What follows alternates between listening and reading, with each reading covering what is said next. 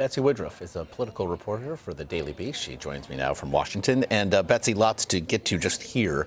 Melania Trump appearing with Anderson Cooper also appeared on Fox News as well. The real politic, I suppose, demands the question, how effective was she? I don't think she did any damage. I don't think there was anything that she said in either of these interviews that's going to set back her husband's efforts.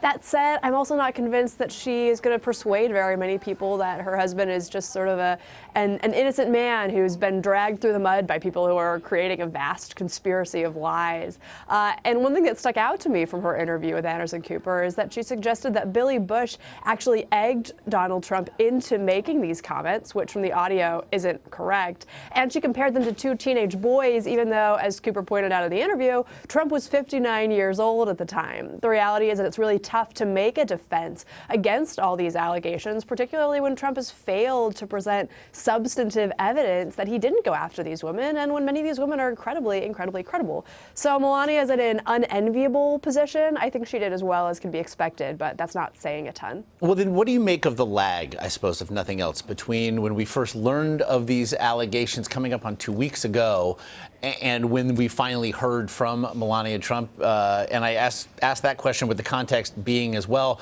we have not heard anything from another staunch surrogate on behalf of her father, Ivanka Trump. Right. The lag is interesting, and I think it highlights how unprepared the Trump campaign was for these attacks. Now, in most campaigns, before a candidate even throws his or her hat into the ring, they do what's called a vulnerability report. The candidate pays a significant amount of money to some sort of investigator or opposition researcher to dig through his or her own dirty laundry, find all the skeletons in the closet, and then say, okay, how do we prepare for all these attacks? But there have been several reports that Trump refused to have that kind of investigation done on himself.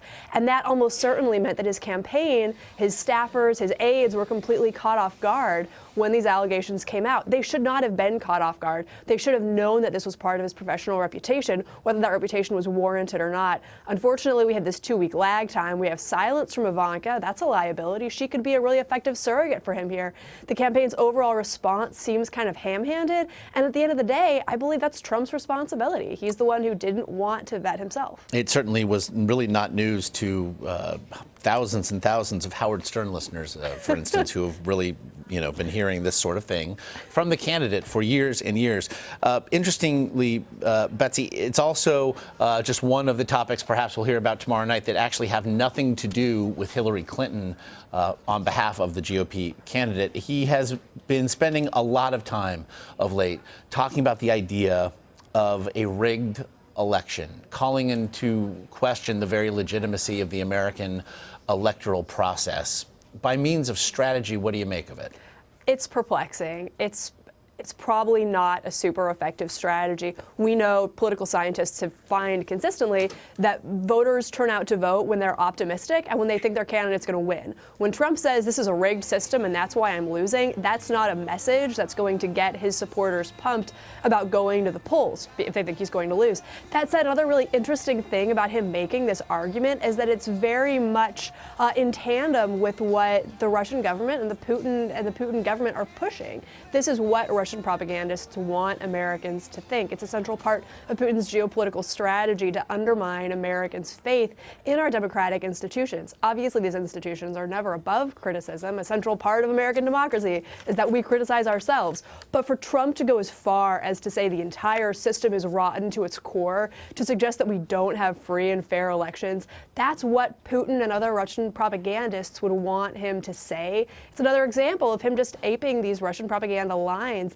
that's really perplexing and pretty unprecedented in a presidential campaign. And it's also something he's doing even as he also attempts perhaps to make points regarding the WikiLeaks dumps, ostensibly perhaps the result of the hacking of John Podesta's emails by Russian state actors.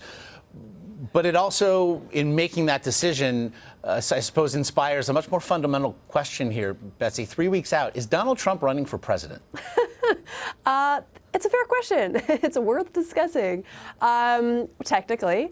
Of course, that said, I mean, he's spent almost as much time over the last few weeks going after Paul Ryan and Alicia Machado and the American system as a whole as he spent actually going after Hillary Clinton. There's a point where you have to ask, to what extent is this a person who thinks he's actually going to be president? Or rather, is he just approaching this as someone who's trying to save face and lose in a way that will make it seem like he's as unresponsible for the loss as possible? Particularly the fact that he's kept going after Paul Ryan, even after his aides and Mike Pence have suggested that that feud is resolved, is just a real head scratcher. And it suggests, I think, that some of the folks in his inner circle are more worried about the long-term political gain of undermining free trade friendly and immigration friendly Republicans in D.C. than they are in necessarily running the most competitive campaign possible for the next few weeks. It's all prologue then to tomorrow night. What do you expect? Chaos, a huge mess, really good television, maybe. I think there's a good chance, of course, that Trump is going to go pretty hard criticizing Hillary Clinton over some of these WikiLeaks emails. There are a number of tidbits that could be used as effective zingers in the debate. In one of these emails, top Clinton confidant said that apologies are her Achilles heel. In another email, one of her top advisors said that she shouldn't be talking about bribery because it's a really dicey issue for her. So there's a lot of material there that Trump can use to kind of needle Hillary Clinton. Of course, that would involve him being disciplined and strategic. It's anyone's guess as to whether or not he actually will behave that way tomorrow night. But it's definitely going to be a mess. I think it's likely to be just as ugly, if not uglier, than the last presidential debate. I think a lot of people are going to be relieved that it's the last one of the cycle and we don't have to go through this, more than one more time. It's certainly hard to believe considering where the bar currently sits. The Daily Beast's Betsy Woodruff, as always. Betsy, we appreciate it. Sure thing.